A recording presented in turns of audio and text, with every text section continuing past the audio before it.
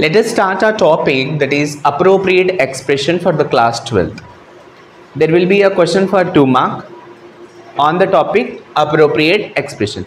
Actually appropriate expressions होते क्या हैं? Idioms and phrases होते हैं बेटा। यहाँ idioms और phrases क्या होते हैं वो हम इस क्वेश्चन के बाद सीखेंगे। पहला वाला क्वेश्चन क्या आता है, कैसे हम लोग उसको आंसर करना है वो देख लीजिए। Fill in the blank by choosing appropriate expressions given in the bracket. Bracket में कुछ expressions दिए हुए हैं, यहाँ पे आपको दिखाई दे रहे हैं। Expressions are given here. Like first one is to be in high spirit. To be in high spirit means extremely happy. बहुत खुश कंडीशन में रहना। बेटा जब तक हम लोगों को ये idioms का मीनिंग नहीं पता होगा, we can't fill these blanks. Because यहाँ पे दिया हुआ रहेगा, ट्विस्ट क्या करेगा, 3 देगा। 3 expressions he will give and we will ask to put only 2. So then we'll get confused. यहाँ पे क्या आएगा, वहाँ पे क्या आएगा, कब होगा जब हमें इसका मीनिंग नहीं पता हो। अब यहाँ पे पहला वाला दिया हुआ है to be in a high spirit means very happy or extremely happy. वैसे पता है तो कहाँ लगेगा हमें समझ में आ जाएगा। अब उसके बाद आ रहा है to throw away. To throw away means lose something.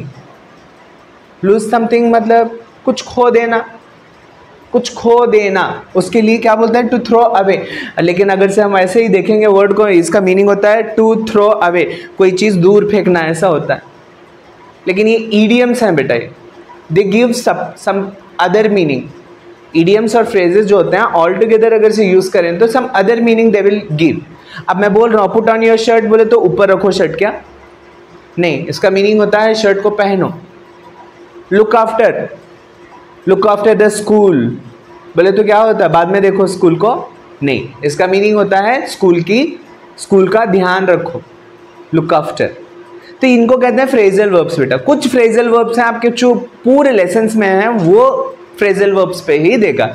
अब जैसे ये वाला दिया हुआ है, द वोटर में से दिया हुआ है, तो लेसन में जो फ्रेजल वर्ब्स हैं उस पर फोकस करे क्या नहीं करे बच्चे, that he has checked by this question. Okay, तो फ्रेजल वर्ब्स जो लेसन्स में आ रहे हैं हमें उन्हीं को देता है वो। तो हम सारे फ्रेजल वर्ब्स पहले सीखेंगे, उसके बाद ये फिल इन द ब्लैंक्स हम लोग करेंगे। चलिए एक करके देखेंगे, एक पहले करके देखेंगे कि इसका मीनिंग कैसे कहाँ पे फिल हो रहा है। मैंने पहले वो नहीं इसलिए नहीं बताया ताकि आपको ये क्या दूसरा टॉपिक पढ़ा रहे हैं, but topic is the same, but phrasal verbs इसके मीनिंग्स अगर से हमें आते हैं तो तब हम इनको आसानी से कर लेंगे नहीं बेटा। तो चलिए यहाँ पे थ्रो अवे का मीनिंग क्या हो रहा है, टू लूज हो रहा है। पास बाई का मीनिंग क्या हो रहा है, पास बाई, पास मतलब गुजर जाना। लेकिन यहाँ पे क्या हो रहा है, मिस समथिंग हो रहा है। क्या हो रहा है, मिस समथिंग।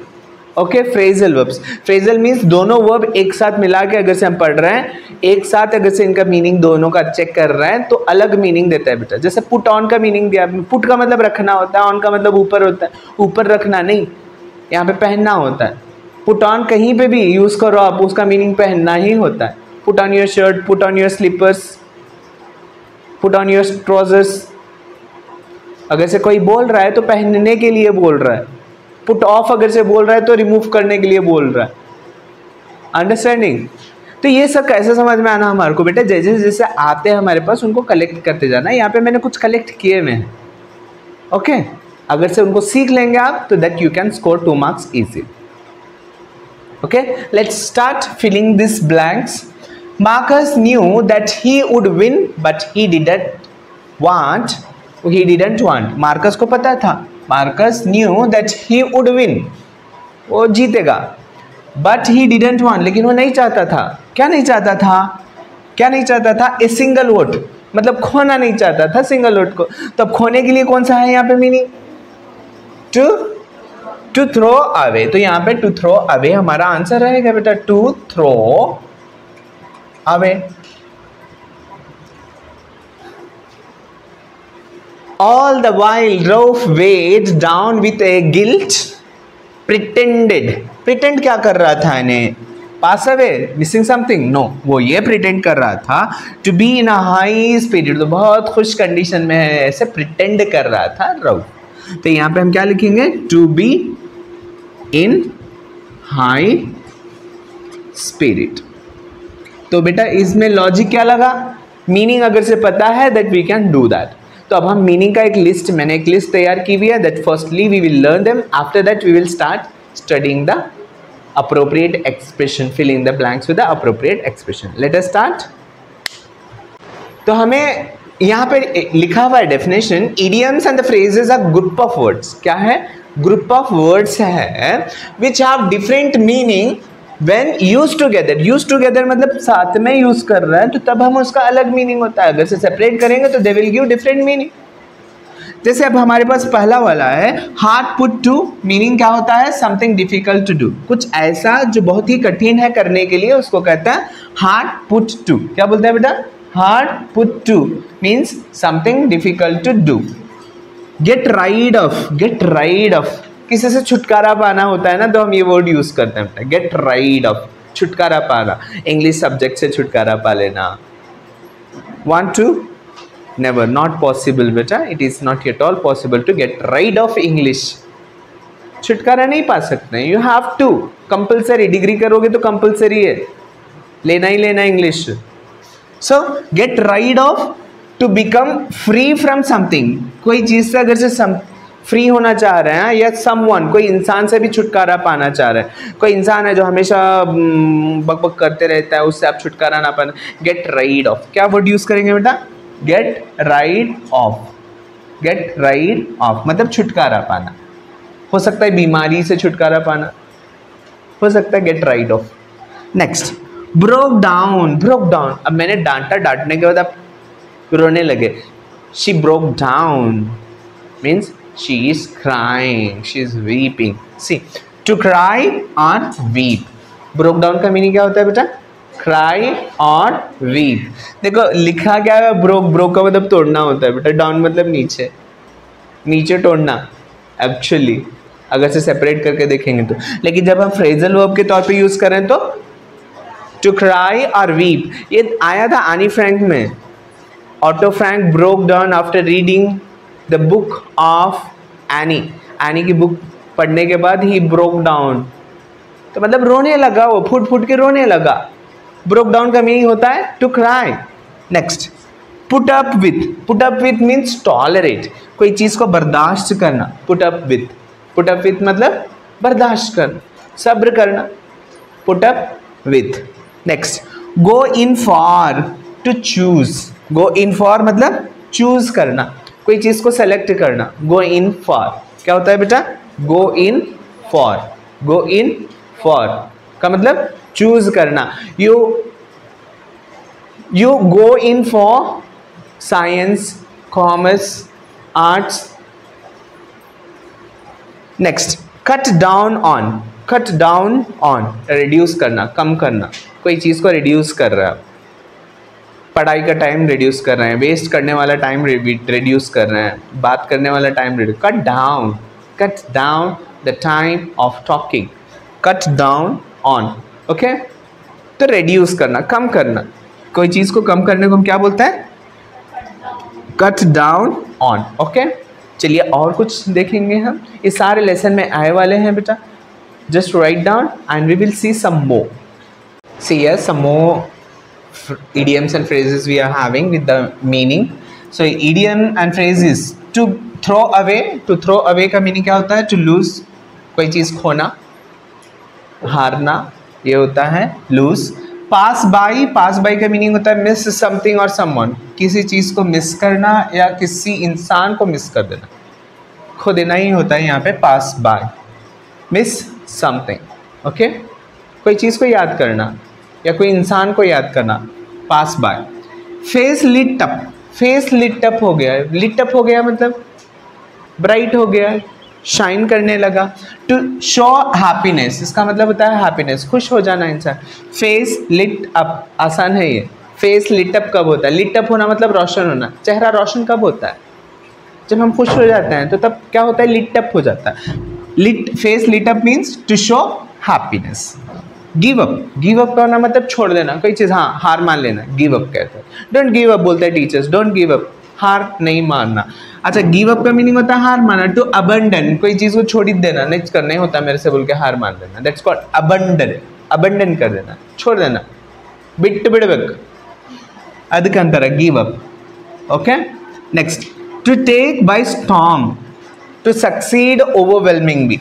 अब जैसे बेटा take by storm, to take by storm मतलब सक्सीड ओवरवेलमिंगली, बहुत बड़ी सक्सेस हासिल हो जाना, बहुत बड़ी सक्सेस हासिल होने को क्या कहते हैं? To take by storm, to succeed overwhelmingly.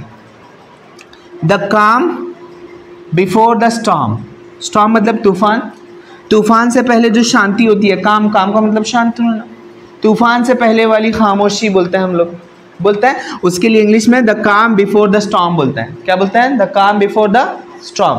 बोलो। तो होता क्या है उसका meaning? Peaceful time before A trouble, एक तकलीफ आने से पहले जो शांति होती है ना उसको कहते हैं। तूफान से पहले वाला सन्नाटा या शांति जो बोला जाता है, तो उसको हम इंग्लिश में क्या बोलते हैं? The calm before the storm, the calm before the storm. Next, in full swing, very busy, he is in full swing, he is very busy in some activity, okay? तो he in full swing, in full swing क्या होता है बेटा? in full swing मतलब very busy in some activity, कोई भी activity में बहुत बिजी है तो उसको कहेंगे in full swing। next, in high spirit, in high spirit, high spirit क्या हो रहा है बेटा? in high spirit का मीनिंग क्या होता है? to be in a good mood, अच्छे मूड में रहना, to be in a high spirit मतलब अच्छे मूड में। Sir is in high spirit today मतलब अच्छे मूड में, हाई स्पिरिट क्या बोलते हैं बेटा उसको? High spirit. In high spirit मतलब इन ए गुड मूड, अच्छे मूड में होना। Keep a whole skin, keep a whole skin, बोलो keep a whole skin. Meaning तो बहुत ही ऑकवर्ड लग रहा है ना, कीप ए होल स्किन मतलब पूरी स्किन रख लेना, ऐसे ही हो रहा है ना, पूरी स्किन रख लेना। नहीं, इसका मतलब ये होता है बेटा अपने आप को नुकसान नहीं पहुंचाते हुए अपने आप को बचा लेना, उसको कहते हैं कीप ए होल स्किन। देखो, save one self without suffering harm, कोई नुकसान नहीं पहुंचा लेना अपने आप को और अपने आप को बचा लेना, उसको कहते हैं कीप ए होल स्किन। क्या बोलते हैं बेटा? मतलब बिना नुकसान के अपने आप को बचा लेना। Next, leap high over excitement, बहुत ज़्यादा एक्साइटमेंट, जैसे कब होता है ये चीज़ें बोले तो like farewell parties, welcome parties, first day of the school, बहुत एक्साइटेड रहते हैं क्या होगा, कि कैसे फ्रेंड्स रहते कि मैं सबसे अच्छे दिखना, this and that you people will have ना, तो उसको कहते हैं लीप हायर ओवर एक्साइटमेंट, बहुत ही एक्साइटेड होना। Look blue, he is looking very blue today means very sad.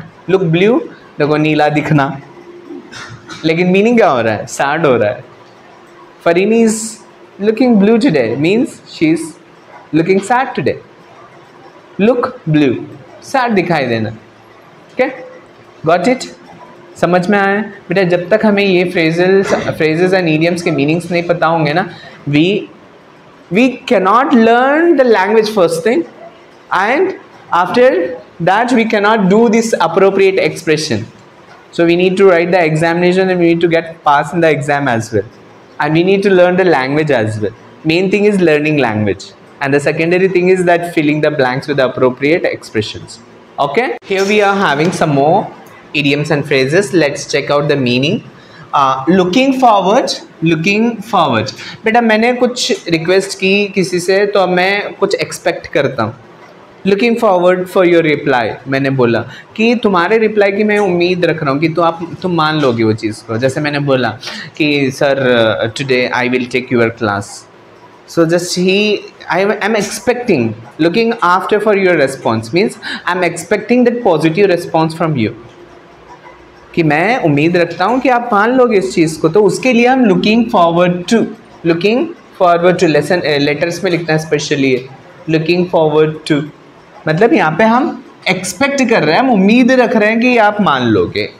Understood? Looking forward to. Run into, to take और to drive, कोई चीज़ लेने को बोलते हैं रन इनटू, कोई चीज़ ले लेना, अपने ऊपर लेना, आप जिम्मेदारी ले लेना. टू रन इनटू, अपने ऊपर जिम्मेदारी लेने को कहते हैं. Next, zip along, to move fast, गाड़ी में बैठा जिप जा रहा है, बहुत फास्ट जा रहा है, तो जिप अलोंग वर्ड इस्तेमाल होता है. क्या word? Zip along means to move fast. यहाँ पे द वोटर में ये वर्ड यूज किया गया, सॉरी द वोटर नहीं, where there is a wheel में यूज किया गया है। The women's in Pudukkottai district zip along the road.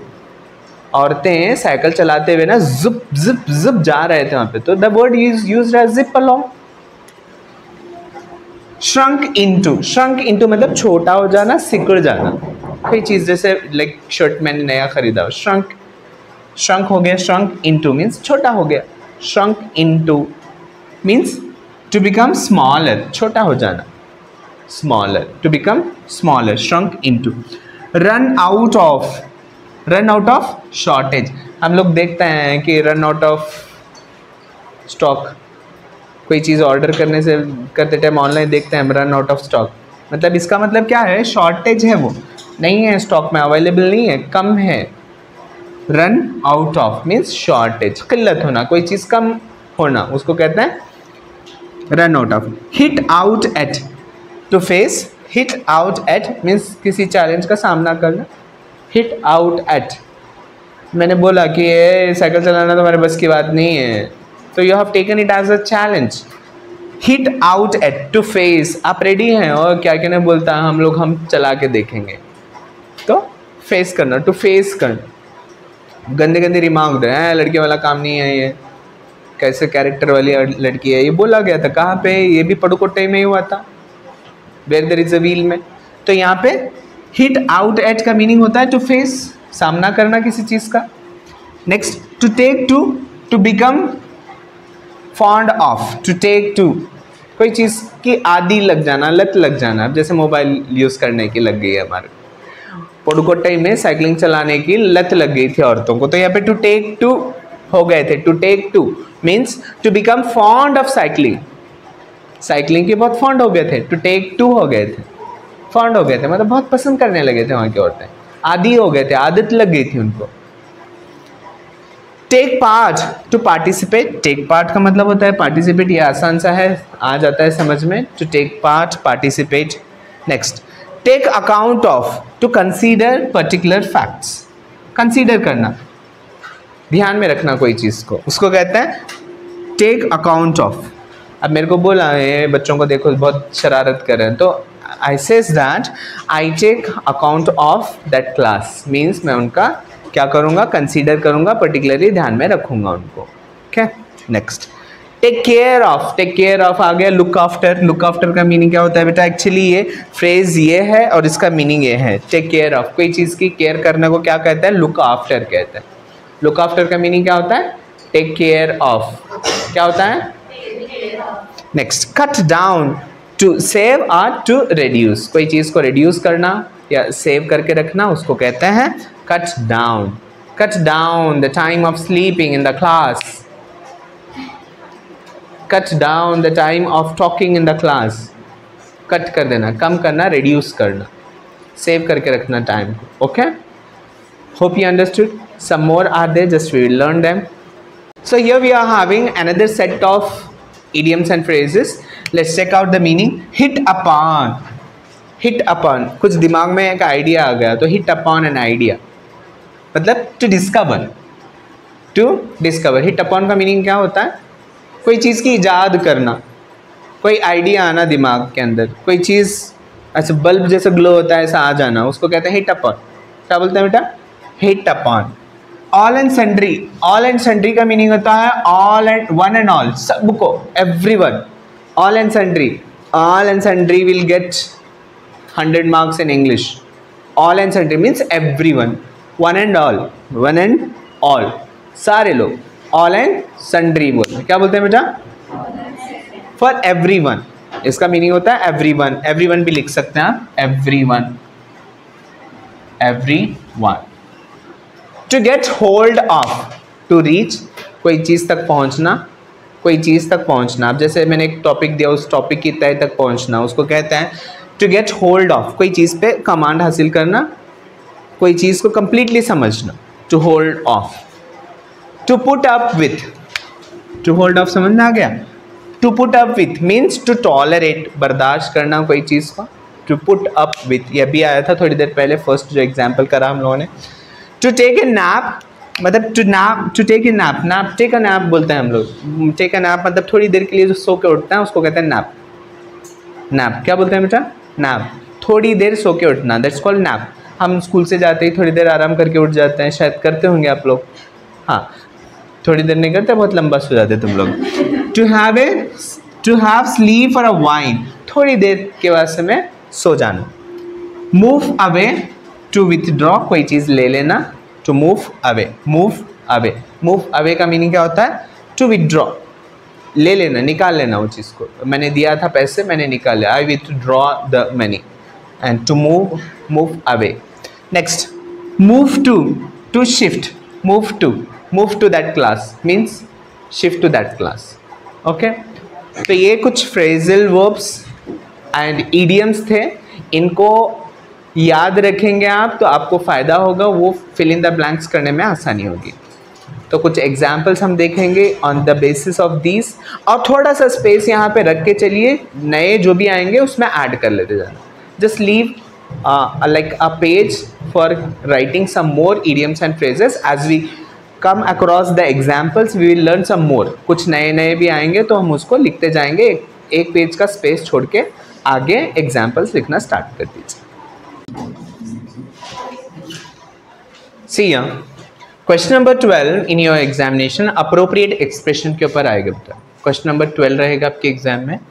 Fill in the blank by choosing the appropriate expression given in the brackets. Brackets में expression दिए हुए रहेंगे आपको, लॉजिक रहेगा, 3 एक्सप्रेशन दिए हुए रहेंगे, उसमें से 2 आपको फिल करना है, 2 फिल करना है, एक एक्स्ट्रा दिया हुआ है, which make you confuse. Okay, meaning अगर से पता है that you can do it well. तो चलिए देखेंगे, हम मीनिंग पहले देख लेंगे, इन वर्ड्स के मीनिंग क्या होता है। तो मैंने इससे पहले जो क्लास वी उसके अंदर हम लोगों ने वर्ड्स और उसके मीनिंग, इडियम्स और उसके मीनिंग्स कंप्लीट कर चुके हैं, दैट उसको ज़रा सा देख लीजिए, that you can do this things easily. Okay, तब यहाँ पे भी मैंने जो वर्ड्स आ रहे हैं उनकी मीनिंग्स लिख दिया हुआ है, that you can write it down for your references as.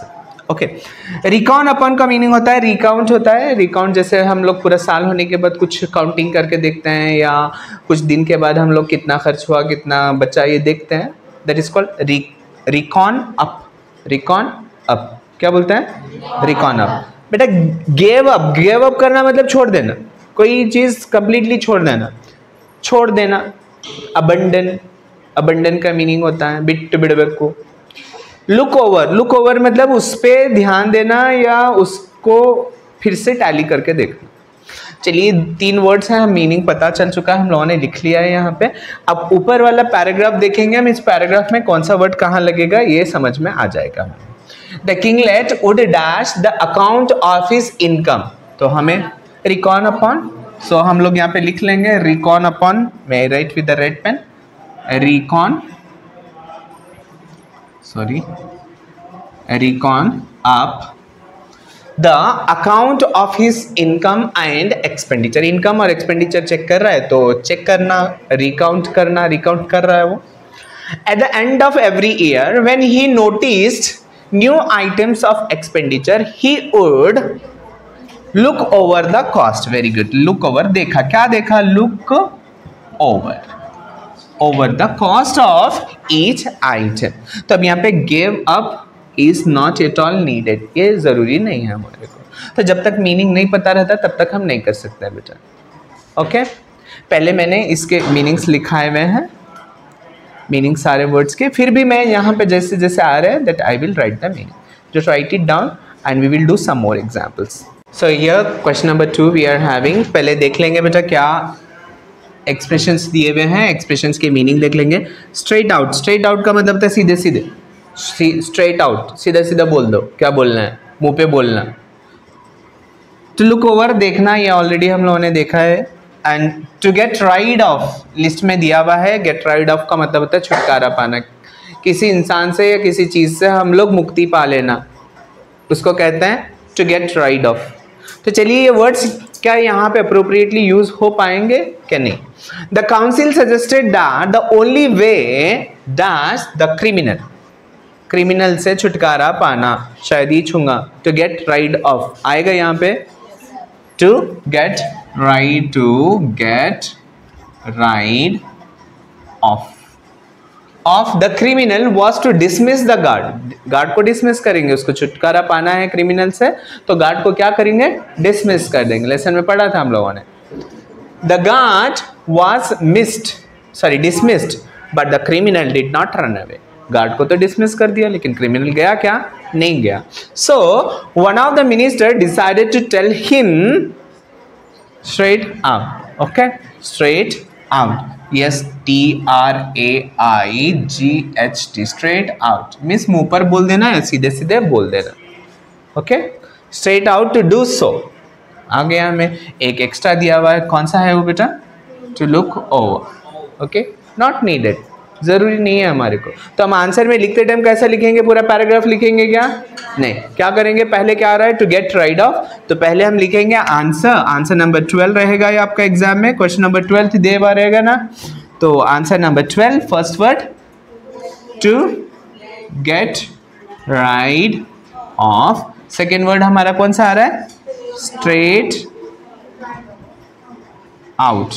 तो इसकी लिस्ट बना लेके वर्ड्स को याद रख लेना है बेटा, मीनिंग याद रखेंगे तो आसानी से कर पाएंगे।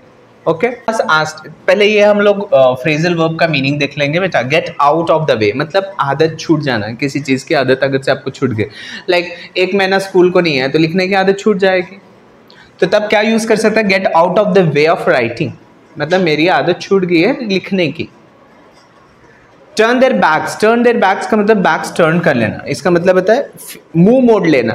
अब आप मुझे अच्छे नहीं लगते तो मैं क्या करूँगा, अपना मुंह मोड़ लूंगा, that is turn their backs word इस्तेमाल करता है। गेट राइड ऑफ ये तो हमें पता है, छुटकारा पा लेना, किसी से छुटकारा, मुक्ति पा लेना।